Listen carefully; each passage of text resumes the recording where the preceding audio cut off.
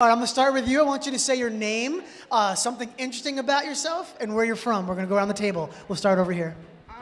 My name's Nichelle Dior, and something interesting about myself is I'm infatuated with the concept of mental illness.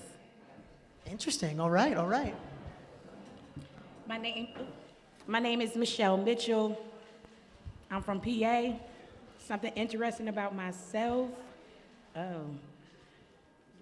I love life. All right, all right, all right. Hi, my name is Zenobia Alexander. I'm from Queens, New York. Something interesting about me, I'm a woman that's multi-talented. You tell them, that's right. In the handout, multi-talented. Yeah. My name is Angela Smith, Dr. Smith. My profession is anesthesia. That's what I do in the daytime, and I write at night. My pen name is A.L. Smith. Carlos Wallace. I'm from Houston, Texas. For 21 years, I was a railroad engineer. Not a lot of people can say they've driven a train. No, they haven't. That's, No, they that's haven't. a little different. I see you. So I went from that to writing books. All right. My name is Herbert Robinson. I'm from Philadelphia, Pennsylvania, and I'm the author of The Secret Kept. And for 17 and a half years, I was in federal penitentiary, so I wrote the book there. That's something interesting about me. All right. My name is Eartha Watts Hicks. I'm actually from up the street. And I started writing my novel in 2001, and I started writing poetry at age 11. All right. Now, round of applause for these authors coming up. And we're about to go deep. We're about to ready to cry. You ready to give me your credit card numbers? Ready to go all the way in today? No, one great thing about UBAWA is getting to actually speak to authors and finding out how they got into it. So first, how did you decide to become an author? At age 11, I started writing poetry, and somewhere around age 13, I called myself being a songwriter. But writing love songs at age 13, they sound like garbage because you don't know nothing about no love. So I tried for a number of years as a stay-at-home mom to be a songwriter, and when that wasn't getting me anywhere, I decided to turn my music catalog into chapters of a novel. All right, all right. And when did you decide to become an author, when you took it seriously, going, wait, I should actually write a book? I have two daughters, and they have been very patient with me. And I knew I needed to do something different. So I went to the library, and I read every how to write a book I could find, and I wrote a great novel. All right, all right. And I know, I'm looking at you. I'm looking over here. So what's some mistakes you've made when you want to become an author and actually write it that you wish you could have changed now that you have the knowledge? Well, first, I never wanted to be an author. Really? I was approached by a publishing company to write a book because I had amassed such a social media following. And for about 3 years, I said no. And after encouragement from my publicist, she's here today, my family, I finally said yes. And then I had to make the determination what I was going to write about. And so I chose to write about my family and some of the trials and tribulations that, over my 40 years, that actually made me stronger, that I thought was bad, but actually ended up being good and made me a stronger person. Which brings the title, Life is Not Complicated, You Are. And so, there it is. So I can't really say that there was any mistakes. They were all essential learning tools, even in the writing. As I approach my second book, there's a couple things that I'm going to do different, obviously, because before I had no knowledge, and now I've ascertained a great build of knowledge, so it'll be a much easier process this time. Like, what's one of the major ones? I can't really pinpoint any one specific thing. One thing, when I submitted it to the editor, we had 17 chapters, and the book has 13. So they were saying, well, some of the chapters sound so much alike, you should combine them. So I guess I kind of overwrote.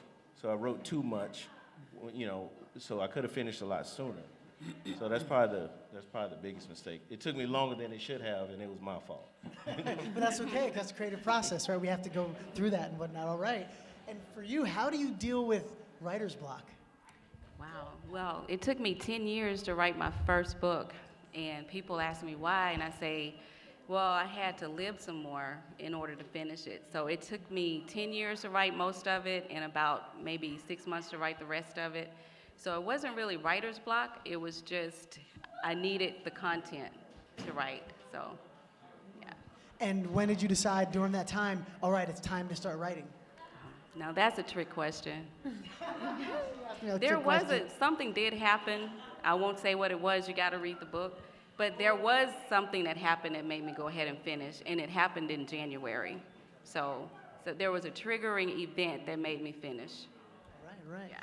And how do you know when you're done writing, when the book is over? When I write the end. Has there ever been a time you weren't happy with the ending and you had to re-go over and do it? Me, I wouldn't say, no, I would say no, because anything that I write is from life experience or things that I have seen someone go through. So I have never had that problem with, with anything that I write. Okay. And for you, what happens when you're not being as productive as you want to be? You have the book, you have the idea, you're thinking of writing. How do you get it all together? Well, when I'm not being productive as I should be, I have my literary sisters. Like, they stay on their grind. So when I look at them and I see what they're posting and what they're doing, and she writing 10,000 words a night and carrying on, I'm like, let me go ahead and sit down and go ahead and get some work done, because this is a real grind. This is a hustle. Absolutely. No, she said it right. It is a hustle. And how do you handle negative criticism when you're writing? Give to your friends or colleagues and they say they don't like something. What do you do? I learn from it. I don't look at negativity in a negative way. I think it's usually something for me to grow. And I like the negative feedback because sometimes it's extremely critical to my writing or how I can change things. So I don't look at it in a negative way. I always thank people unless they're just deliberately being rude, and I just ignore it. But no, most times I get negative feedback, but it's criticism that I need to enhance my writing. All right. No, that's real. So I want to go to each one of you actually and talk about your first book. How did you get it published? Starting with you. Actually, Love Changes is my first book, and I published it myself. For a number of years, I volunteered as director of publications for a non-for-profit, and putting together their newsletter and doing the graphic design and the editing. I had an agent, and she did not represent self-published authors, so it didn't make any sense for me to just sit there twiddling my thumbs for years, waiting for acquisition editors to look over my copy when I could put the book together myself, and I did. Amen. Yeah. Well, The Secret Kept was a long time coming, and once I finished the book, I submitted it to a few companies, and once they read it over, they kind of, decided that they would take me on, and they did the editing and did everything for me, but I realized I needed to get out here myself to push it. You can't really sit on your behind and wait for somebody else to do your work that you need to be doing for yourself. We got you. Okay, so I guess I'm a little different. I actually had a publishing deal with a company, but we did not have the same vision. The story that I was telling had nothing to do with the cover. I'm just being real. And so I ended up severing ties with that situation, and I found a smaller company who sees my vision and understands that I'm trying to tell a story or tell a collection of stories that really have an impact on women and girls. And I just didn't want naked women on the front of my book, so there you go. All right. Okay, my first book was published exactly 2 years ago under a company called True Glory Publications. From there, I was signed to a 10-book deal. I completed the 10 books in 3 months. Then I was signed to a 15-book deal, and I completed the 15 books in maybe 11 months. So then from there, I went on to open my own publishing company, where I now have 15 authors signed up under me. And I have 9 books of my own released under my own company. She doesn't It's a lot sleep. of writing. Did you not hear what she just said? Wow. How, before I let you go, hold up. Do you have a husband? That's Yes, I do. What's the And 4 most you kids. have, Four what's the kids. most you have Wow. written in a day? The most? I can write a 60,000 word book in a day. Oh my God. If I'm given 24 hours with no interruptions, without my 4 kids bothering me or my husband, yeah, 60,000 words. I type 250 words per minute. That's wow. Go ahead, you can ask. I just want to ask you, do you use an outline or how do you? Everything flows from the top of my head. Oh, wow. All life experience thing. I can sit here and look over the audience and look at how people are sitting and develop a story off of them. Something I've been doing since the age of 7, so it's been in me since that long. So. Wow, it's natural. She's like the Jay-Z of writing. You just get up, you just get in and going. I see you. Wow. All right. And tell us how you got your first book published. My first book is titled She Ain't Me. I was also signed to True Glory Publications. I am now an independent author. Yeah, that's just pretty much my story. That's how I got my first book out there. All right. Well, my story will be different.